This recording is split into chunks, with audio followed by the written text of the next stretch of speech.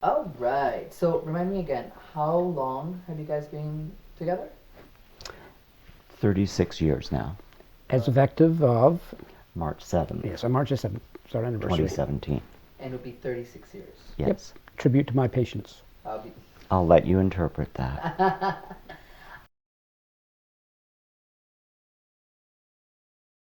Well, we met on December the 6th, and so 1980, at a bar. And so I'm standing around with friends, and there's this really cute guy across the bar chatting with another friend. And he came over and he said to me, "Hi, I've been wanting to meet you." I thought, "Oh, neat." And he said, "You're the MCC pastor, right?" And I said, "Oh, shit." Right? I thought he wanted to meet me. I'd started coming out to church because I sort of looked at the bar scene and said, am I really going to meet somebody that will be a good match for me? And I said, well, my parents had met at a tennis club or a badminton club. And I figured, well, maybe a church would be a better place to meet someone, find myself a nice Christian boy. At least I won't have to worry about the police. In those days, gay people had to fear the police as much as the queer bashers. Oh, yeah. And so I think that, being afraid of the police, gay people were regularly arrested for false reasons, regularly taken down to Cherry Beach and beaten up by the police, entrapment by the police, and people didn't feel safe in the bars or various establishments. The bars were the center of the social life of the gay community. If you wanted to meet other gay people, your choices were the bars, the baths, or the bushes. When we were first together, there were the police bath raids, and Brent was on a hunger strike for 24 days? 25 days, water only. And so that was very stressful. Although you used to call me a cheap date. Well, there is that.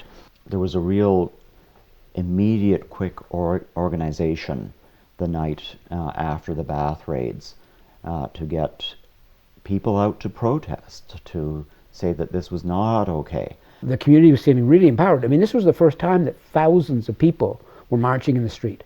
Thousands of people. And so all of these folks who never saw themselves as activists before saw themselves as activists. What was happening after the bath raids and the demonstrations is the demonstrations were getting more and more violent on both sides. And I was concerned about escalating violence and really felt led to, or in my language, felt God led me to, do something to get an investigation into the police. I admired Brent an awful lot because very few people at that time were willing to stand up and do something for the gay community. I felt that a hunger strike is a very valuable way of doing civil disobedience, a very honored way of doing civil disobedience. And so that's what I felt called to do. I had no end game. I hadn't thought about, well, what happens if they don't do anything? I just thought, okay, I'm going on a hunger strike, and I'm going to be on a hunger strike until there's an investigation. It was obvious to me at the time that you were terrified. That you were terrified about what was going on politically and where it was going to lead. That you were I mean, I was one of the keynote speakers at most of the demonstrations. Yeah. Right? And so, you'd be at the demonstrations usually, and terrified where the demonstration was going to go, how it would turn, would the police raid it, would we be arrested, and it was a very scary time. I just felt it was something that I needed to do.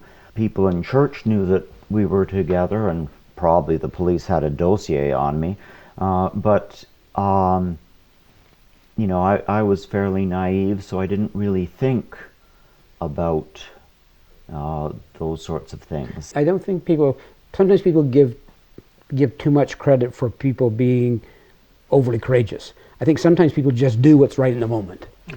And in retrospect, it looks like people were courageous. No, it was the right thing to do. People were angry, they went out to demonstrations, they marched, they held signs, they gave interviews, and it wasn't that people were thinking, okay, I've got to do something courageous. It's like, this is wrong, we have to stand up. And so lots and lots of people were doing that. People were angry and were empowered in groups when they're marching like hundreds of people, but lots of people would not want to be interviewed or would not want to be directly on camera because they were afraid of losing their jobs. If he was going to be if there was a demonstration or coming to the legislature, he'd wear a hat or a coat or a hood or something. This was wintertime too, right? So he wouldn't be on TV and be interviewed because he would, lose his job. There was no human rights protection. I mean, I've always felt that in most human rights movements, the people who are part of breaking ground often have to pay a price. And that's a price that needs to be paid in order for people who come after them to be able to have a better life.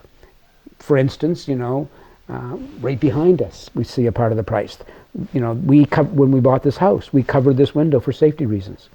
So people couldn't look into our living room and see us because someone could walk by with a gun and bang, and there we are. So that's covered for safety reasons. You can't give in to people who would create fear.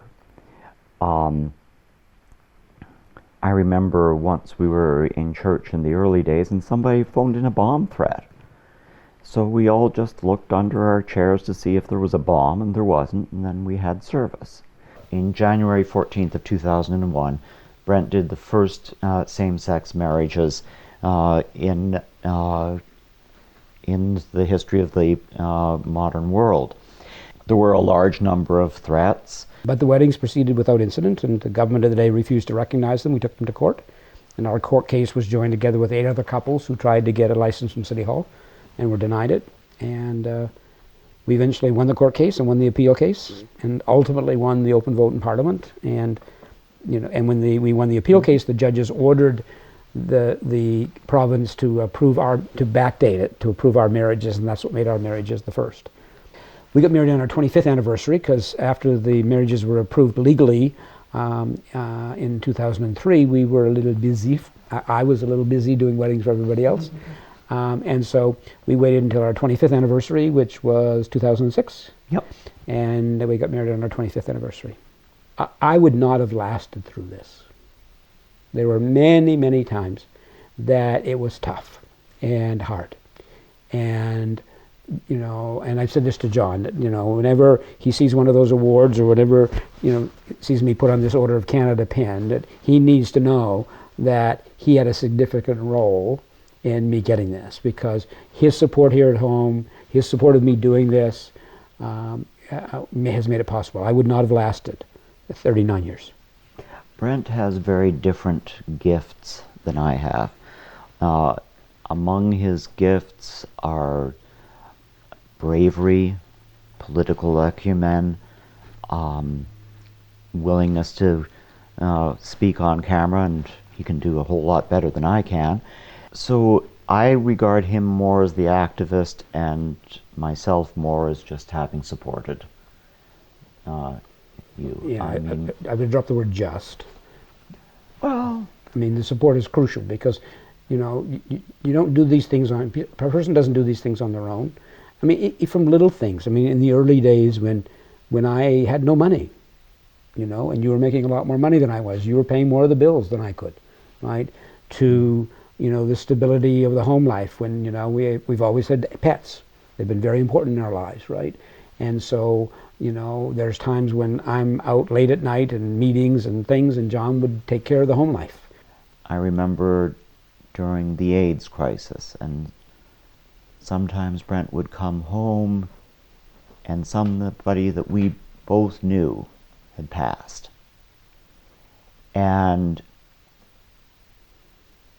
I realized that I just had to keep myself together, because if I cracked under it, then Brent might crack, and then who's going to be out there trying to help these people? So you buck up, you realize that there's more to this than yourself, and you do what you can, what your gifts are, to help society and to help the community. Find a role. Where are you comfortable in that spectrum of what's needed, right? It may be the spouse at home, keeping the home fires burning. It may be the person who's stuffing envelopes. It may be the person making signs or carrying signs. It could be the person doing the research. It could be the person, but I think that the most powerful thing has been coming out. There's no question the most powerful political act anyone ever takes is coming out to family and friends and coworkers. Because that changes hearts, that changes minds, and that builds support that will translate into change. I think we have to respect that different people are going to have different perspectives. We don't all have to have the same perspective. We don't all have to be all fighting for the same issues.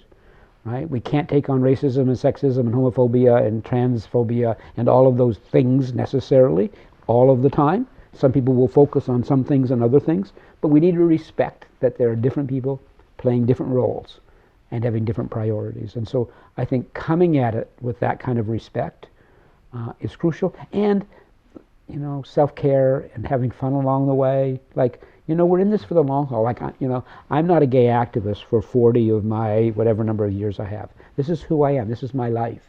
And it's got to be fun. And it's got to be about friendships and relationships, I would say, about spirituality and community. But, you know, if that can be a little preachy, you know, Jesus said, I've come that you might have life and you might have it more abundantly. Right? Abundant living. And life is an amazing, amazing gift. You know, and to be a part of it and to make the world a better place for those who will come after us and to see the change that you've been a part of. I mean, how amazing is that?